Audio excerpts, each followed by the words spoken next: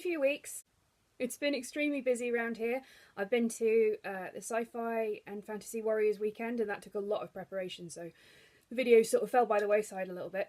And then I lost my voice last week when I got one planned, and I was like, ah, no, curses! So, should be back now with slightly more regularity. So yeah, I thought since I'd not done a video for a while, instead of doing writing tips or whatever, I'd just do a bit of a general catch-up and get back in with the random advice that probably helps no one next week. So, what have I done in the last month or so? As you know, at the moment I'm working on one writing project per month. Last month's project was Heart of Magic, which is the sequel to House of Vines, which I really, really want to work on.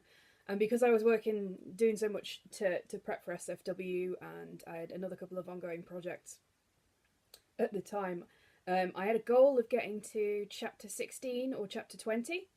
I was on 8 at the start of the month, and at the end of the month I was 400 words further into chapter 8.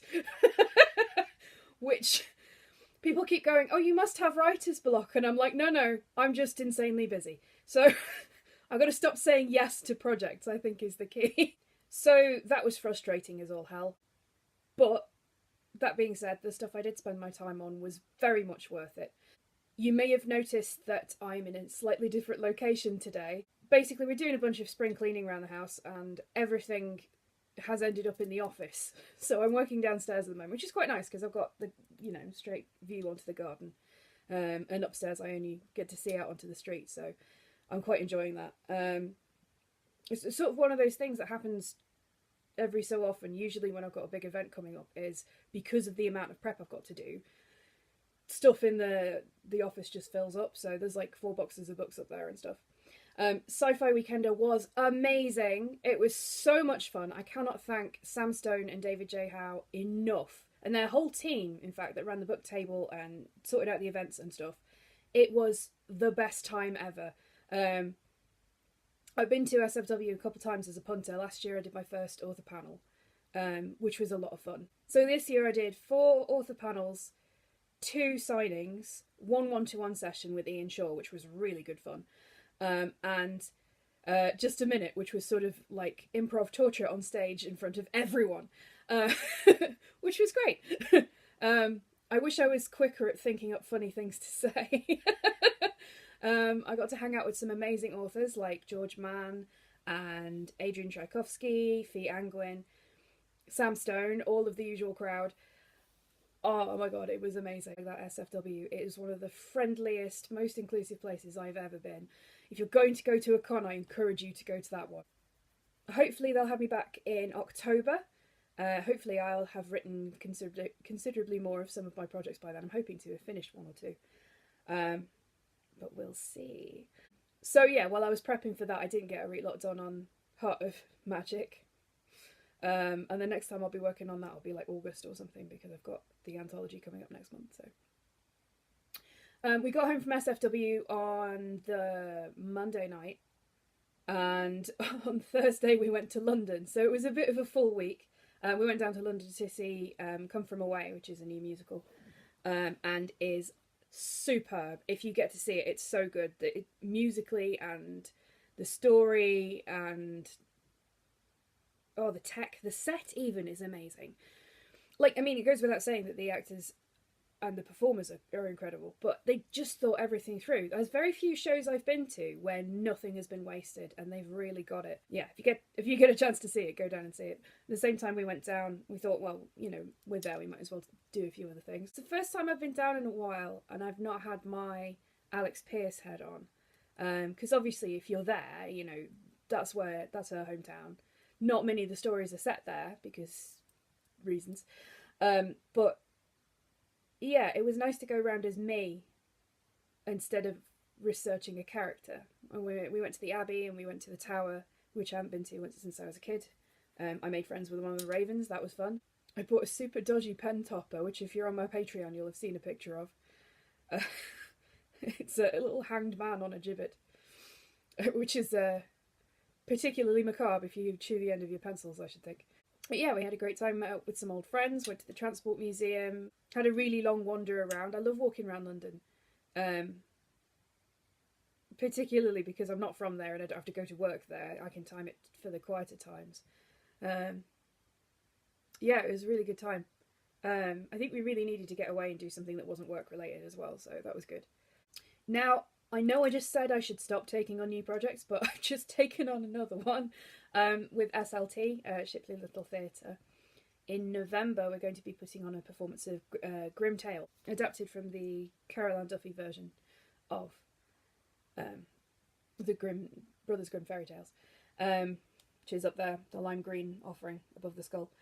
And I've volunteered to co-direct with my friend Josh, one of my fellow superstars, in fact, J.A. Foley, and our friend T's going to produce, and my other half's going to do the tech, and it's going to be grim. I think it's probably the best description for it. It's going to be interesting. It's going to be nice, I think, to have something going on as well as the writing that's creative, that I can go, right, no, can't do any more writing today, I'll go and do that. It's going to be a lot more physical, I think. This month's writing project has been The Song of the Sharks, which is an Alex Pearce novel. And obviously isn't going to see the light of day for quite some time, because I'm doing that weird thing where I'm going to write the whole thing and then go back and change it and make sure it makes sense, because there's loads of overrunning arcs and I just want to make sure it's all in the right place before I let it out into the world. I've done the full plot for it. I didn't used to plot them out, but I think these days it goes a lot smoother if I do plot it out. I'm a few chapters in. I've got till next Tuesday to get, because it's the end of the month and I do the project changeover on Tuesday. I'd like to get to chapter 16. I'm editing one chapter a week, and that would give me one chapter a week until the end of all of the other projects, so the next time I've booked myself in to work on Song of the Sharks again, so that would be good. I'm not sure if I'm going to do it by Tuesday, but I will give it my best mercy and go. So the other things I've been working on this month, because the deadline is now looming quite considerably, are the prompts for this year's anthology for Superstars. So the deadline is next Wednesday. Well, it's technically next Tuesday because it's the 30th of April, but in reality, if people get stuff to me by the time I wake up on Wednesday, they're probably fine. So it's been weird this time. Usually when I set out to write the prompts, I either just write freeform and see which prompt it kind of fits with, or I go, ooh, that's an idea, and I get an idea straight away from the prompt, and I go with that. This time, I've had the ideas straight from the prompt for several of them, written them, and then realised that I've actually somehow written a different prompt, and then I've got to go back. I've written The Clock Tower is Calling 3 times now. This third time, that I will be working on tomorrow, in fact, that's going to be the last time. I've got 3 left out of the 12. I don't always do all of them. I usually do about 10, because, like, the Superstars is set up in a way where you can do as many or as few as you like. And I'm totally cool with people just going, I want to do 1, and that's it. And I keep stressing it because I don't want people to feel bad about the fact they've done 6. I'm like, 6 is amazing, 1 is amazing. Sitting down and getting something out and getting it to publishing standard is awesome. So, but because I set the prompts, I have this sort of thing where I'm like, well, I should actually give all of them a bit of a go, even if I don't end up submitting them. So, I've written 9.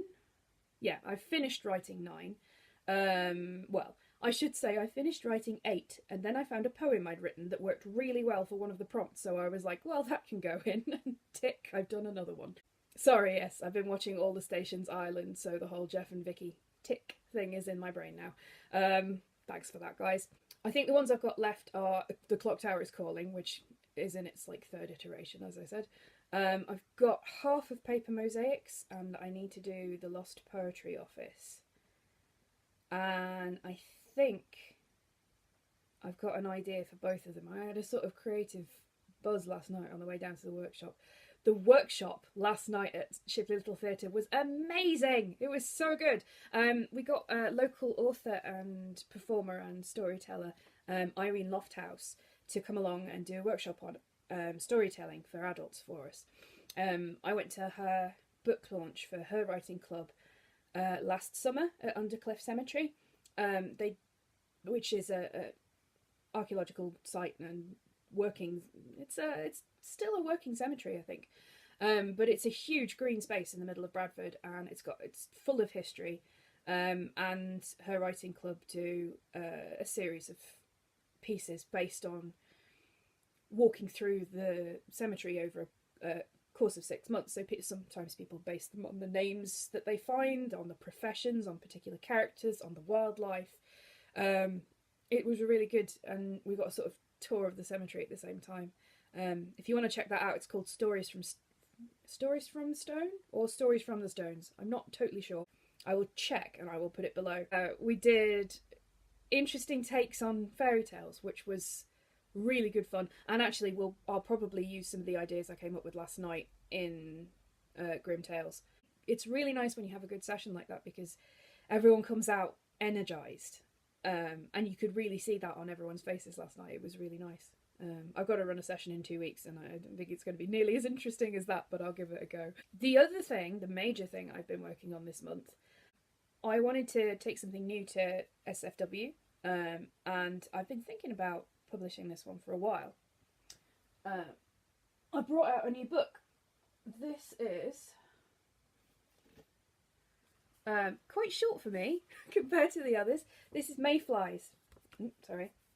This is Mayflies. Well, it was a short story in last year's anthology. We did a prompt called Death and the Lady. It's a short story. It will set you back only a few pennies. It's available on Amazon at the moment. It's a story about life and death and friendship in unexpected places, and being weird doesn't mean that you have to spend your life alone, and all sorts of charming, lovely things like that. There's a lot of death in it. I will warn you now, I cried like a baby when I edited it. I will warn you now, at least one of my I will warn you now, of the 3 people who edited this for me, 2 of them messaged me to say that they were crying like a baby. So, so it's nice and short. It's a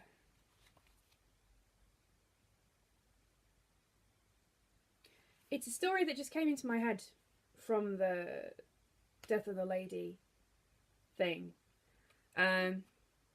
which used to be it's a ballad, basically. It's a woman arguing with death about not wanting to die.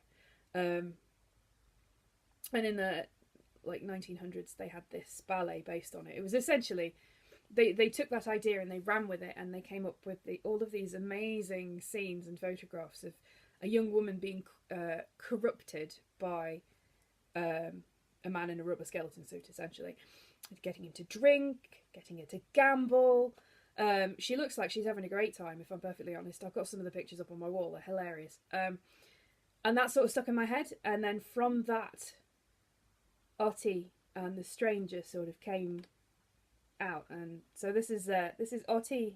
This is the story of Attilia, and her life and her death. So I'm quite proud of it. I love the cover. As usual, I went to Go On Right. Their covers are so good. I urge you to join their newsletter. They have sale days. I was lucky enough to get Liz Hearson back to do some more artwork for me, so there's more in here. If you get the ebook, you can even get the picture in colour this time, which is exciting because usually we just do black and white for printing purposes. So yeah, check it out. So next week I'm going to be back in with the writing tips. So if you have anything you want me to talk about, please comment below. I will try and have a go at it. If not, I'll just make something up, as I usually do. If you have enjoyed this rambly catch-up video, there's more where that came from. You can check out the rest on my YouTube channel. And if you've really enjoyed it, I have a Patreon page with various tiers for various things. You can follow me on social media. I'm on Twitter, Instagram, and Facebook. All the links for all 3 of which will be down there, as is the link for my website, which I need to update because it has Mayflies but doesn't have the links. Might get on that later. Have an excellent week, guys. I hope the end of Camp Nano is treating you kindly and that you've reached your writing goals. If you haven't reached your writing goals, there is always tomorrow. Have a good one, guys.